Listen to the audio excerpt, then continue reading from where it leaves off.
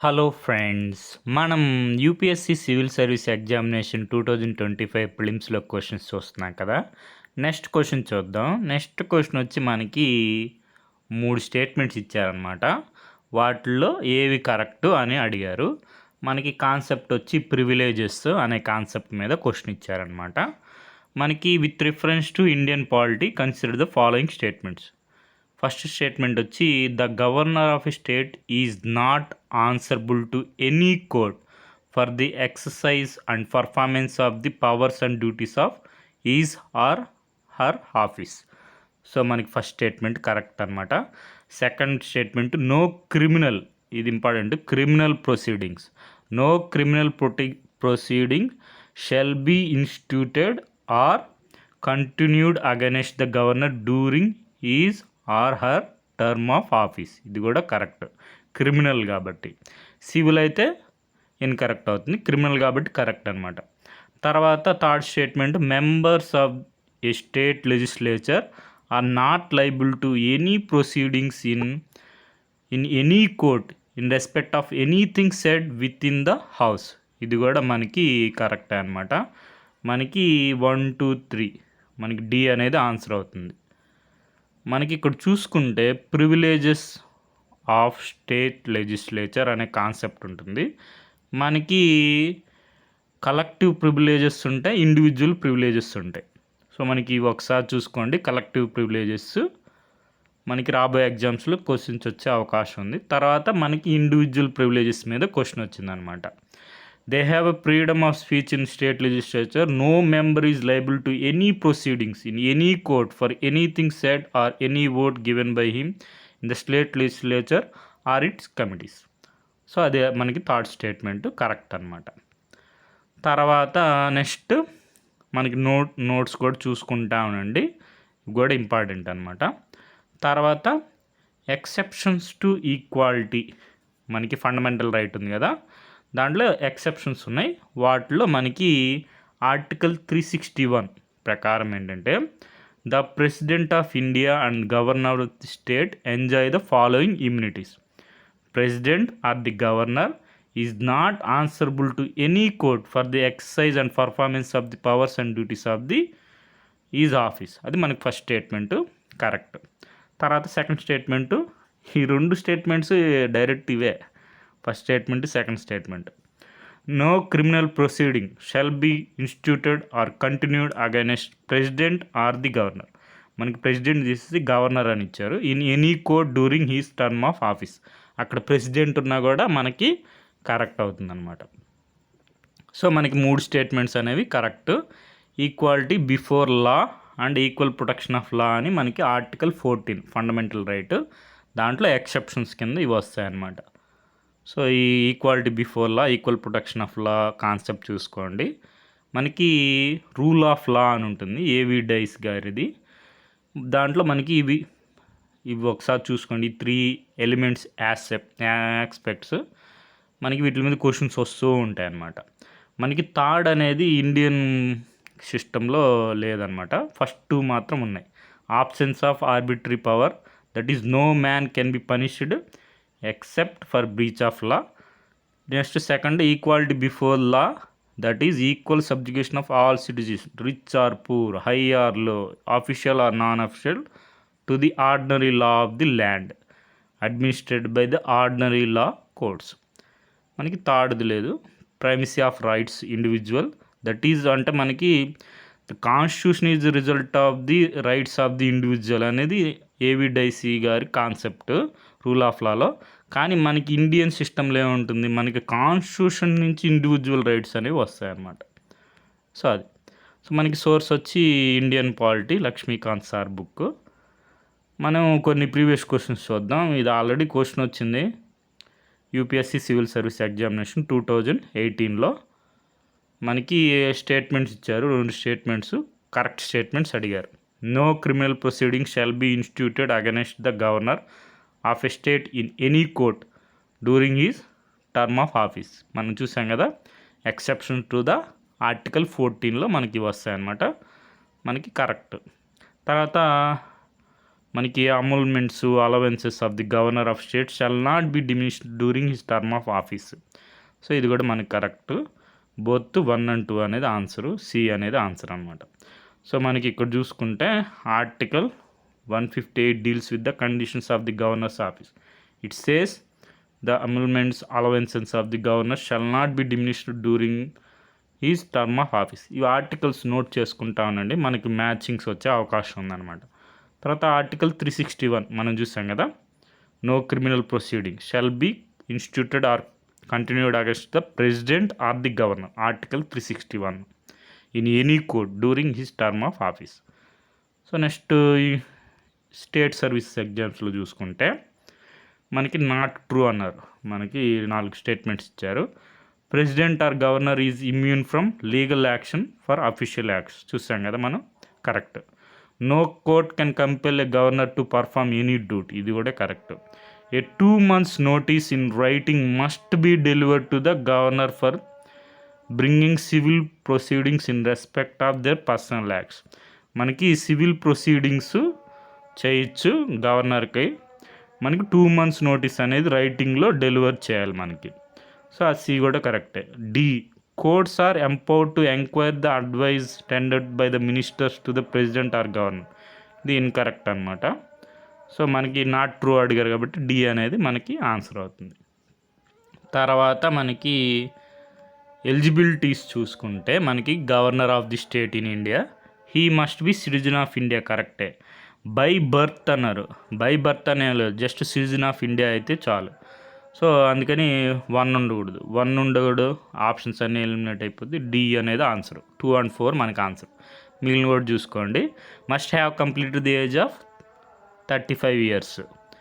He must be eligible to member of Lok Sabha. ఇదేం లేదు. So next, he may be appointed as the governor for 2 or more state. ఇది మనకి 7th constitutional amendment ద్వారా మనం తీసుకొచ్చాం. ఒక గవర్నర్ 2 or more స్టేట్స్ కూడా ఉండొచ్చు అనమాట. 2 and 4 అనేవి మనకి correct. 7th Amendment Act 1956 provided that person is eligible to be appointed as governor for 2 or more states. So governor is the executive head of state appointed by the president according to the article 157. Any person who is the citizen of India, ante by birth అలాంటి complete the age of 35 years shall be eligible for appointment as a governor of state అనమాట. So మనకి citizenship by birth అనేది not a requirement. According to article 158, governor shall not be member of the either house. So thus it is not necessary that governor must have eligibility to member of Lok Sabha. So అది. తర్వాత మనకి ఈ question చూద్దాం. Article 156 ఇప్పుడు మనం చూస్తాం కదా. Article 156, constitution of India provides that governor shall hold office for term of 5 years from the date on which he enters upon his office. Which of the following can be deduced from this అన్నారు. So మనకి first statement చూస్తే, no governor can be removed from office till the completion of his term. ఇదేం లేదు, మనకి pleasure of president అని ఉంటుంది. So first statement incorrect. No governor can continue his in office beyond the expiration of period of 5 years. ఇది కూడా incorrect. మనకి వేరే governor వచ్చేంత వరకు కంటిన్యూ అవుతూ ఉంటారు కదా. సో డి అనేది మనకి ఆన్సర్. Neither 1 nor 2. సో మనకి ఎక్స్ప్లెనేషన్ చూసుకుంటే, article 156 deals with the term of the office of the governor. దాంట్లో క్లాస్ 1 చూసుకుంటే, governor shawl hold office during the pleasure of the president. So మనకి రిమూవ్ చేయొచ్చు అనమాట 5 years complete కాకముందే. The governor May by writing under his hand address to the president resign his office. మనకి ప్రెసిడెంట్కి resignation submit చేయాలి governor. Subject to foregoing provisions of this article, a governor shall hold for term 5 years from the date on which he enters upon his office, provided that governor shall, notwithstanding the expiration of his term, continue to hold office until his successors enter upon his office. So మనకి అందుకని 2 statements కూడా incorrect అయినాయి అన్నమాట. తర్వాత ఈ question చూస్తే మనకి assertion reason type question ఇచ్చారు. President or governor cannot be sued in any court of law for any act అన్నారు. ఎనీ యాక్ట్ మనకి సివిల్ ప్రొసీడింగ్స్ చూసుకున్నాం కదా, మనం 2 months ప్రేయర్ రిటర్న్ నోటీస్ ఇచ్చి మనం ప్రొసీడింగ్స్ కంటిన్యూ చేయొచ్చు. కాబట్టి ఏ అనేది ఫాల్స్. ఏ అనేది ఫాల్స్ అని తెలిసి చాలు మనకు ఆన్సర్. ఇలాంటి అసర్షన్ రీజన్ టైప్లో ఒక స్టేట్మెంట్ ఎన్ని కరెక్ట్ అయితే ఈజీగా వచ్చేస్తుంది answer. A false, R is true, D అనేది ఆన్సర్ అనమాట. ఆర్ కూడా చూద్దాం reason. The president can be impeached, okay, and governor may be dismissed for the unconstitutional acts done. కరెక్టే కదా. సో అది మనకి డి అనేది answer. A is false but R is true అనమాట. ఇక్కడ ఎక్స్ప్లెనేషన్ ఉంది చూసుకోండి. తర్వాత మనకి ఏపీపీఎస్సి గ్రూప్ 2 మెయిన్స్లో మనకి 2025లో ఎగ్జామ్లో ఈ క్వశ్చన్ వచ్చిందనమాట. ఇది మనకి ఆఫీస్ ఆఫ్ ది గవర్నర్ ఉంది, కానీ ఇదేంటంటే మనకి federal principle of Indian constitution అనే కాన్సెప్ట్ అనమాట. మనకి violate the federal principles of Indian constitution. మనకి ఫెడరల్, యూనిటరీ అని ఉంటాయి. యూనిటరీ అంటే ఏం లేదు, మనకి స్ట్రాంగ్ సెంటర్ ఉంది, all powers vested in the centre ఉంటే అది యూనిటరీ సిస్టమ్. మనది ఫెడరల్ సిస్టంలో ఏంటంటే యూనియన్కి, సెంటర్కి, స్టేట్కి పవర్ అనేది డివైడ్ అవుతుంది అనమాట. కానీ మనకి సమ్ ఆస్పెక్ట్స్లో కొన్ని విషయాల్లో స్ట్రాంగ్ సెంటర్ని మనం అబ్జర్వ్ చేస్తాం, యూనిటరీ బయాస్ని. సో అవేంటి అని అడుగుతున్నారు, అది మనకి క్వశ్చన్. సో మనకి best example office of the governor violate the federal principle of Indian constitution, కరెక్టే. తర్వాత సెంట్రల్ సర్వీస్ అన్నారు, ఇది ఇన్కరెక్ట్. ఇక్కడ ఆల్ ఇండియా సర్వీస్ అని ఉంటే అప్పుడు కరెక్ట్ అండి. అది మనం చెప్పుకున్నాం, పవర్ డివైడ్ అవుతుంది, సెంట్రల్ సర్వీసు, స్టేట్ సర్వీస్ అని 2 ఉంటాయి, డివైడ్ అయింది కదా. కానీ ఆల్ ఇండియా సర్వీస్ మాత్రం violate the federal principles of Indian constitution. తర్వాత office of the controller and auditor general, ఇది కూడా. తర్వాత ఎమర్జెన్సీ పవర్ అయితే మనం చూసుకోవచ్చు, ఎమర్జెన్సీ టైంలో మనకి మన సిస్టము ఫెడరల్ సిస్టమ్ కాస్త యూనిటరీ సిస్టమ్గా స్ట్రాంగ్ సెంటర్గా మారిపోతుంది అనమాట ఇండియన్ కాంటెక్స్ట్లో చూసుకుంటే. మనకి 2 అనేది ఆన్సర్, ఏసీడి. సో మనకి ఇక్కడ చూసుకుంటే unitary features of the constitution అని చెప్పి ఇక్కడ ఉంటాయి. స్ట్రాంగ్ సెంటర్స్, స్టేట్స్ నాట్ ఇండెక్స్టబుల్ అంటే మనకి డిస్ట్రక్టబుల్ అనమాట. స్టేట్స్ మనం న్యూ స్టేట్స్ని క్రియేట్ చేయొచ్చు కదా. సో సింగిల్ కాన్స్టిట్యూషన్ ఉంది. తర్వాత మనకి ఫ్లెక్సిబిలిటీ ఆఫ్ ది కాన్స్టిట్యూషను. తర్వాత no equality of state representation, emergency provisions. So మనకి ఎమర్జెన్సీ ప్రొవిజన్స్ ఆప్షన్లో ఉంది కదా. తర్వాత ఆల్ ఇండియా సర్వీసెస్ ఉంటే మనకి అది కరెక్ట్ అనేది, కానీ మనకి అక్కడ సెంటర్ సర్వీస్ అని ఉంది, అది ఇన్కరెక్ట్ అనమాట. మనకి not violate the federal principles of the Indian constitution. తర్వాత మనకి appointment of the governor. So ఈ విధంగా.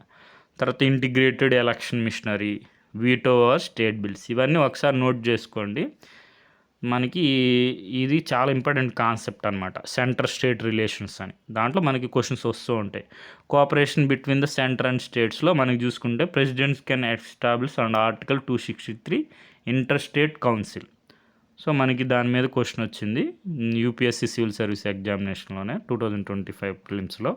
సో మనకి కన్సిడర్ ద ఫాలోయింగ్, మనకి ఏవి కాన్స్టిట్యూషనల్ బాడీస్ అని అడిగారు. ఇంటర్ స్టేట్ కౌన్సిల్ అనేది మనం చూసాం కదా, కాన్స్టిట్యూషనల్ బాడీ, ఓన్లీ 1. మిగిలినవి నేషనల్ సెక్యూరిటీ కౌన్సిల్ వచ్చి ఎగ్జిక్యూటివ్ బాడీ, మనకి జోనల్ కౌన్సిల్ వచ్చి స్టాట్యుటరీ బాడీ. మనకి ఏపీపీఎస్సి గ్రూప్ 2 మెయిన్స్లో ఈ క్వశ్చన్ వచ్చింది. ఆర్టికల్ 263 చూసాం కదా, contemplates the establishment inter state council to effect coordination between states and between centre and states, కరెక్టే కదా. Rajamannar committee made strong case for establishment of inter state council, కరెక్టే. కానీ రీజన్ అనేది ఆ సెషన్ ఎక్స్ప్లెయిన్ చేయలేదు. ఇక్కడ రాజమన్నార్ కమిటీ బదులు సర్కారియా కమిటీ అని కానీ ఉంటే మనకి రీజన్ ఎక్స్ప్లెయిన్ చేస్తుంది అనమాట. కాబట్టి మనకి సెకండ్ అనేది కరెక్ట్ అయింది. Both A and R true but R is not correct explanation of A అనమాట. సో మనకి ఇక్కడ చూసుకుంటే, సో మనకి జస్టిస్ సర్కారియా గారు మనకి రికమెండ్ చేశారు సెంటర్ స్టేట్ రిలేషన్స్కి కమిషను అని చెప్పి, పర్మనెంట్ ఇంటర్ స్టేట్ కౌన్సిల్ అని చెప్పి, inter governmental council IGC should be setup under article 263. కానీ government of India accepted the recommendation of Sarkaria commission. So మనకి సర్కారియా కమిషను యాక్సెప్ట్ చేసి మనకి ఆర్టికల్ 263 ప్రకారం ఇంటర్ స్టేట్ కౌన్సిల్ అనేది ఏర్పాటు చేయడం అయింది. ఎప్పుడు ఏర్పాటు జరిగింది? 1990లో. సో అది ఇయర్ డేట్ కూడా చూసుకోండి, 28th May. సో మనకి సోర్స్ వచ్చి inter state council secretariat, home, inter state council జెనసిస్లో చూసుకుంటే మనకు ఉంటుందన్నమాట. తర్వాత మనకి ఇంకో క్వశ్చన్ చూద్దాం. All India services violate the federal principle of constitution as well as the autonomy of states. కరెక్టే కదా. సో మనం చెప్పుకున్నాం కదా, all India services violate the federal principle of constitution as well as the autonomy of states. తర్వాత reason ఏంటి? The all Indian service officers are governed by the central government rules and state governments do not have full control over them. So ఆ reason కరెక్టే, మనకి ఆ session explain చేస్తుంది కాబట్టి option 1 అనేది correct. మనకి both A and R true, R is the correct explanation of A అనమాట. So మనకి ఆల్ ఇండియా సర్వీస్ అనే కాన్సెప్ట్ గురించి చూసుకోండి. సో మనకి all India service violate the principles of federalism under the constitution, కానీ they help in maintaining high standard of administration in centre as well as the states. They help to ensure the uniformity of administrative system throughout the country. They facilitate liaison, cooperation, coordination, joint action on the issues of common interest between center and states. మనకి సెంటర్కి స్టేట్కి మధ్య coordination, ఒక వారధిలాగా all India service అనేవి act చేస్తాయన్నమాట. So మనకి doctor BR Ambedkar గారు చెప్పారు all India సర్వీసెస్ని support చేయడానికి. మనం చూసుకుంటే ద డ్యూయల్ పాలిటీ మనం చెప్పుకోం కదా, ఫెడరల్ సిస్టంలో మనకి డ్యూయల్ సర్వీసెస్ ఉంటాయి. వాటిలో మనం federal civil services, state civil service, అవే మనం సెంటర్ సర్వీసెస్, స్టేట్ సర్వీసెస్ అంటాం. అది ఫెడరల్ సిస్టంలో భాగమే. కానీ మన ఇండియన్ ఫెడరేషన్లో డ్యూయల్ పాలిటీ అయినప్పటికీ విల్ హ్యావ్ డ్యూయల్ సర్వీస్. మనకి సెంటర్ సర్వీస్ ఉంటాయి, స్టేట్ సర్వీసెస్ ఉంటాయి. కానీ ఒక ఎక్సెప్షన్ ఉంది, అదే మనకి all India services. Certain posts in the administrative setup which might be called strategic. మనకి strategic from the point of view maintaining the standard of the admission. There can be no doubt that standard of administration depends upon the calibre of the civil servants who are appointed to the strategic post. The Constitution provides that without depriving the states of their rights to form their own civil services, there shall be an all India service recruited on all India basis with common qualification with uniform scale of pay, and members of which alone could be appointed to those strategic posts throughout the union. So మనకి దీనికి source వచ్చి constituent assembly debates volume 7 page 41, 42. మనకి all India service గురించి అది concept. మనకి source వచ్చి Indian polity, Laxmikanth sir book. So okay friends, thank you for watching.